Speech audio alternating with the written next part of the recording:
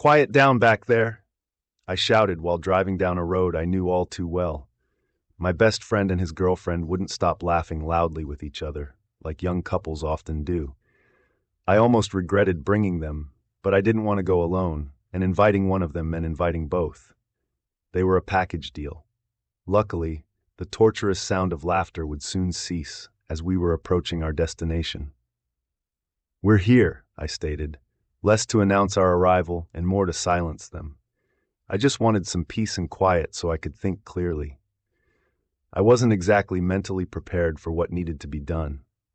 My aunt's old house was just as I remembered it, a rickety old cottage down a dead-end road in the middle of nowhere, complete with woods, wildlife, and the welcoming smell of roses that she often planted near the stone walkway. That was when it finally hit me. While traversing that very walkway, smelling those very roses, I stopped dead in my tracks, tears welling up in my eyes. "Are you okay?" my friend's girlfriend asked. "Yes, I'm fine. I just need a second." They looked concerned but understood. What else would they expect of me coming back to my aunt's house right after she died? Honestly, it felt a little weird. I may have been her favorite nephew, but after leaving me everything in her will, it seemed wrong to go out there so soon. The service was held just a day prior. I knew everything she had wasn't much, and I knew I wasn't really there to collect my inheritance. But I still felt bad, and at this moment, I felt even worse.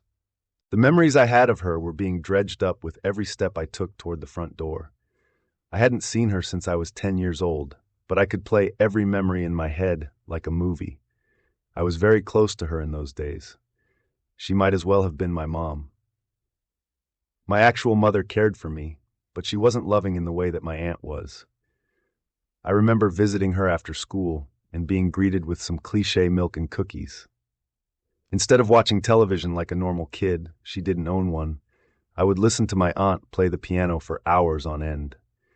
We would sometimes go bird watching or work in the garden, things that I have not done or even thought of doing since. These are some of my most treasured memories, and just like treasure, I kept them locked up and hidden away for many years, until now. As I approached the door to the cottage, I stopped in my tracks once more. "Seriously, are you okay?" my friend asked this time, seeming very concerned. He had never seen me like this before. "I'm fine. Why don't you two take that hike you were talking about? I'll go on in and take a look around. You guys can meet me back at the car later." "If you say so." The two of them took off down a trail in the woods, and I was left standing there, looking at the house that I'd not seen in many years. The feeling that overcame me was so strange. It's hard to put into words. It was more than grief, greater than sadness. I guess the best way to say it is that I missed her. It's funny, if she could see me now, she probably wouldn't recognize me. I'm tall, bearded, and wear glasses, almost the polar opposite of my appearance as a child. Thinking of this just made me sadder. She would never get to see the man I had become. With one last sigh of emotion, I marched on and reached for the handle on the front door. My aunt didn't have locks on her doors or windows. The house was constructed so long ago that it wasn't even built with them. She could have had some installed, but she didn't feel she needed them out in the middle of nowhere. She brought it up one of the first times I stayed there, saying, "Trust the world and it will set you free." When I was a kid, hearing her say this made me feel safe, somehow. Being fully grown and recalling this statement now, I find it very peculiar. But then again, that was my aunt for you, unpretentious and oblivious to the rest of the world around her. Honestly, I missed that part of her the most. All of these memories came back to me piece by piece as I pulled the door open. The bittersweet release I felt was interrupted when I saw the inside of the cottage. Everything, and I mean everything, was exactly in its place. It was like I was a kid again, coming over after school to enjoy my aunt's company. My memories were projected right in front of me like a nostalgic outburst of energy. I could see my aunt sitting at the piano, playing as she often would. I could see me, sitting there, eating some homemade cookies, listening intently to the music. I could see her again, cooking dinner in the kitchen as I sat on the couch reading one of her old books. I walked past these living recollections and went upstairs to see more. I stopped quickly when I reached the top of the staircase. I realized that it only led to the attic. I had no interest in it, remembering that my aunt used it for storage, so I traveled back downstairs. I didn't know what I was looking for exactly. Maybe just a little peace of mind to put my heart at ease. Maybe just something that would let me know without a doubt that my aunt passed away peacefully. In truth, I felt an immense amount of guilt being in that house again, almost too much to bear. When I was just shy of 11 years old, my parents moved out of state. This is when I stopped seeing my aunt. We kind of lost touch, especially seeing as she didn't have any real means of communication out there. No phone, no computer. She didn't even have a mailbox, and the nearest post office was over 20 miles away. Being older now, I could have easily paid her a visit, and I am sure she would have loved to have seen me. I guess I just thought she would always be there. Unfortunately, she had a heart attack, and with no hospital or neighbors for miles, death came knocking on her unlocked door in a hasty fashion. At the very least, this visit had put the fleeting quality of life into perspective for me. At this point, I figured it was the only thing that I would end up taking away from the place. As I made my way down the stairs and back into the living room, I noticed something. I was in such a hurry to escape my corporeal memories that I didn't notice it before. It was the desk where my aunt would sit and write for hours at a time. She said that it helped her experience the world outside of her cottage by writing about how she imagined and wanted it to be. The more I remembered my aunt, the more I could see how isolated and somewhat unstable she really was. She was odd, but I loved her just the same, even now. What I hadn't noticed upon entering the house was that the desk drawer was open.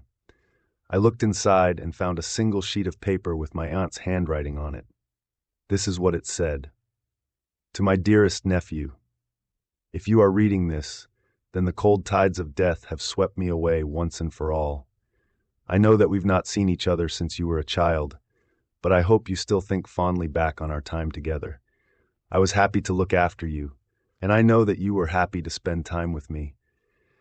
I don't want you to be sad or feel off-put about my death in any way. This is how it is, and in turn, how it was meant to be. I will always hold you dear in my heart, and I hope you'll do the same for me. I want you to live freely despite this and enjoy each and every moment of your life just as I did mine. I will see you again someday, and I look forward to it. Trust the world, and it will set you free. I shed a single tear reading this passage, knowing that my aunt wanted me to find peace in this old house. The very closure I was looking for was in her desk the whole time. The elation I felt almost distracted me from the postscript at the bottom of the page. P.S. Don't go in the basement. How peculiar. What was down there? Was my aunt hiding something? If so, what was it? Curious as ever, I walked over to the basement door with the letter in hand, knowing that the answers were down there. I took one last look at the warning. Don't go in the basement. It was most likely the ramblings of an unstable woman on the verge of death. But what could be the real meaning behind it? Why the basement? Why me? I could recall the basement from when I was younger, but I didn't remember much. I had only been down there once. My aunt was outside gardening while I was inside reading one of her books. I grew tired of reading and set the book down on her desk. Soon after, I began wandering around the house out of boredom. I walked around the entire cottage rather quickly. Eventually, I came upon the basement, somewhere I had never played before. Knowing my aunt wouldn't be in for a while, I decided to venture on. I turned the knob and swung the door open. I could only see the top of the stairs descending down into darkness. Despite the bit of fear rattling in my chest, I pressed on. Once down there, my field of vision was filled with pitch blackness. This caused me to scramble about, looking for a light switch. After a few moments, I bumped into a string dangling from the ceiling in the middle of the room. Upon pulling it, the room lit up, however dimly. What I saw disappointed me. It was a typical basement, but smaller, with concrete walls, a concrete floor, and some pieces of wood sitting off in the corner, probably some old floorboards left over from the house's construction. When you're a kid, there's a bit of mystery and adventure injected into everything you do. This adventure ended on a flat note, leading me to an unused space lost to the depths of the house. The next thing I remember was my aunt's voice as she came down the stairs yelling, "You can't be down here." She sounded more worried than angry, probably scared I would somehow hurt myself down there. There was more to this memory, but that was all I could recall while standing in front of the basement door. I turned the knob and swung the door open, revealing only the top of the stairs and the basement below, completely void of light. Instead of feeling adventurous like I did as a child, I now felt nervous, repeating the words my aunt had left for me over and over in my head, and then asking myself once more, why? I crept down the stairs slowly so as not to shake the foundation. That's what I told myself. But I guess my sluggish pace was largely on account of the fact that I was frightened at what I might find when I reached the bottom. Growing impatient and uncomfortably anxious, I picked up the pace a bit. I felt the concrete below my feet, and I rapidly darted towards the center of the room, reaching for the light, praying that it still worked. I felt around for the string and then pulled it. To my delight, it still harbored electricity. The room became dimly lit. In a panicky state, I spun around looking every which way as I did. What I saw surprised me. There was nothing there. It was just how I left it when I was a kid. Even the old floorboards were there, still untouched. I felt relieved, but far more confused than before. Why didn't my aunt want me to go down there? I pondered for a bit and figured that maybe there was asbestos or mold in the cellar walls. This would explain why she didn't want me playing in there as a kid, and why she didn't want me there as an adult either. She just wanted to keep me safe, like she always did. This made me feel better, but deep down, I knew there was more behind my aunt's plea. As I made my way over to the stairs, something gave me pause. Memories were coming back to me. I could recall being in the basement when I was younger, but there was something different about it, different than how it looked now. There was a door that led straight to the attic. How could I have forgotten? It was all so clear to me now. I remember finding a door down there and entering the attic. I knew that it was the attic because I peered out the window and saw my aunt gardening 2 stories below. I waved to her, but she was too busy to notice me. I found it odd at the time that I was able to travel directly from the basement to the attic without so much as climbing a single step, but I brushed it off. After all, I was only 10, and I had no interest in getting caught up in the semantics of how a house was built. Being older, this strange memory was perplexing. How could the basement lead to the attic? It isn't even remotely possible. I tried to call on some more memories, but the details of that day were still fuzzy. I tried convincing myself that it was a dream I was recalling. How could it have been anything else? It was nonsense, right? There's no way it really happened. Somewhat comfortable with this hypothesis, I continued to the stairs, but not before giving the basement another once-over. What I saw eliminated all doubt from my mind. There, in the middle of the far left wall of the basement, was the door from my memory. I squinted and rubbed my eyes, keeping them closed for a good few seconds before opening them again. When I did, the door was still there, as tangible and existent as ever. This couldn't be. It just couldn't. I knew for a fact that the door was not there just a few moments before, and I had already convinced myself that my childhood memory was nothing more than a bizarre dream. What the hell was going on? There was only one way to find out. After regaining some composure and mustering up a small amount of courage, I walked, however slowly, towards the inexplicable door. My unhurried movements mirrored my hesitant exterior, allowing me to stall for a moment while I gathered some nerve to actually open the damned thing. Despite my slothful motion, I covered the gap in a few seconds, a testament to the basement's small size. The moment of truth was upon me. I took a deep breath, turned the knob, and pushed the door open. This was it. I would finally get to the bottom of my aunt's plea and my own odd memories. The door creaked and revealed the room behind it. Lo and behold, it was none other than the attic, just as I remembered it, window and all. But how? The sunlight came through the window and danced across the room brilliantly, leaving me awestruck. I walked forward to look outside, to make sure that this was indeed the attic, and that I hadn't gone completely crazy. After peering out the window, that verdict was still up in the air. 2 stories below was my aunt's yard. The grass was green as ever, and the sky was clear as day. Everything was so vibrant. I looked over at my aunt's garden, and to my surprise, there was a person there. It was a woman, and she was gardening. Who was that, and why was she in my aunt's garden? She turned around, revealing her face, and to my surprise, it was my aunt. What? How? My aunt was dead. I watched as she was lowered into the earth. Just then, I heard the sound of footsteps from behind me. Startled, I turned around to face the noise. "Who are you?" a soft voice asked. It was my 10-year-old self, standing just 20 feet away from me. I was in such a delirious state by this point that I decided to just go with it and converse with myself. "I'm a friend," is all I could think to say. "You're a friend of my aunt's?" he asked innocently. I had forgotten just how curious I was as a child. "Yes, a very dear friend." My younger self walked over to look out the window where I was standing. I stepped aside and let him do so. He saw our aunt outside gardening below and waved at her. She didn't notice. "Do you have an aunt?" he asked. "Yes, but she passed away," I said. "I'm sorry to hear that." Just then an epiphany struck. Maybe this was the reason I was here. Maybe this was the closure I needed all along. "Listen to me. I know it's hard for you to understand right now, but someday your aunt will pass away too. I want you to spend as much time as possible with her and visit whenever you can. You mean the world to her, and you will regret it if you don't make an effort to be with her now, while you still can." "Okay," is all he said. That's all he needed to say.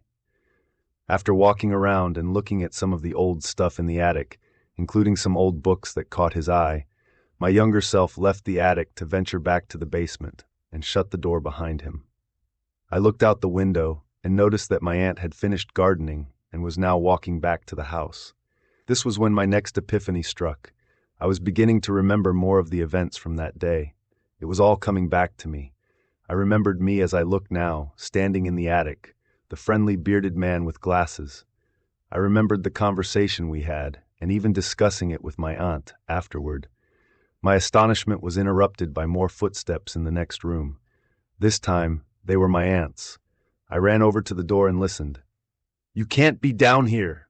she yelled in a worried tone. I wanted to open the door and confront her, just to see her one last time and to tell her that I'm sorry for never visiting. I reached for the knob, but I thought it best not to go out there. She would probably have thought that I was an intruder, lurking around her house. As I said before, she wouldn't recognize me all grown up. My apology would have to go unspoken. I could hear her scolding the younger version of me and then bringing me back upstairs. Instead of listening to find out what happened next, I just remembered. I could recall telling my aunt about the attic door in the basement and the friendly bearded man. She told me that I had quite the imagination and told me to wash up for dinner. Looking back now, I remember a troubled glint in her eye, especially after divulging what the bearded man told me. She seemed to know more about my experience than she let on. I stood there for a while, taking everything in. Eventually, I decided it was time for me to leave. I grabbed the knob and jiggled it. It wouldn't budge. I turned it a little bit harder, but to no avail. A wave of terror consumed me. This didn't make any sense. The doors in my aunt's house had no locks. Then again, nothing made sense up until this point either. I backed up a little and ran into the door. It remained still. I did this a few more times and even tried breaking the window. Nothing happened. Feeling weary, I sat down and took a breather. This is when I heard a distant echo of footsteps and voices coming from within the house. It was my friend and his girlfriend. I had almost forgotten about them. I was saved. In a relieved stupor, I called out to them. It became quickly apparent that they could not hear me from wherever I was. I heard them walking around, calling out my name. I increased my volume and started banging on the door. "I'm in here, guys," I yelled, not knowing whether I was below or above them. They still couldn't hear me. I began to panic. I started screaming at the top of my lungs and banging as hard as I could on the attic door. I received no response. With a dead voice and pained hands, I gave up. I put my back against the wall and slid down to a sitting position, a few tears streaming down my face. I just sat there and listened as my friend and his girlfriend conversed from within the house. Where could he be? He said he would meet us at the car, right? If he's not in the house, then where the hell is he? my friend asked his girlfriend. Did you try the basement? She asked. Yes. There's nothing but some old floorboards down there. What about the attic? She asked. I tried there too. It's just filled with a bunch of old, dusty antiques. We'll have to call the police and have them look for him too. He must have gotten lost in the woods looking for us. As they made their way out of the cottage, my heart sunk. If they'd already searched the basement and attic, then where was I? I quietly sobbed in the corner for a while before looking through some of my aunt's old things. It was all I could do at this point. I didn't care for any of it, save for one treasure of hers that caught my eye. It was a book with a blood-red symbol hand-painted on the front. I had never seen anything like it before. I opened it up and read the beginning aloud. The spells in this book are to be followed precisely. If even one step is not executed properly, you might endanger yourself and those around you. Use these spells at your own risk. The odd nature of the preface littered my nerves with a sense of worry. Was my aunt a witch? Before turning the page, I noticed an old lace bookmark saving one of the pages. I opened up to it and looked at the chapter heading, Chapter 8, Horticulture. I glanced over at the next page and saw a spell meant to bring your garden to life. The ritual involved lighting some candles and making a circle of some special sand I'd never heard of. From within the circle, you are to recite the spell, verbatim. My Latin was a little rusty, but from what I could read of the incantation, it said something along the lines of, bring above that which is below, which I assumed referred to the growing of plants. I gathered that my aunt performed the ritual in the attic, as there were some dormant candles in with her stuff. The inclusion of this book in my aunt's collection now made sense to me. She wanted to spice up her dull garden with a bit of witchcraft.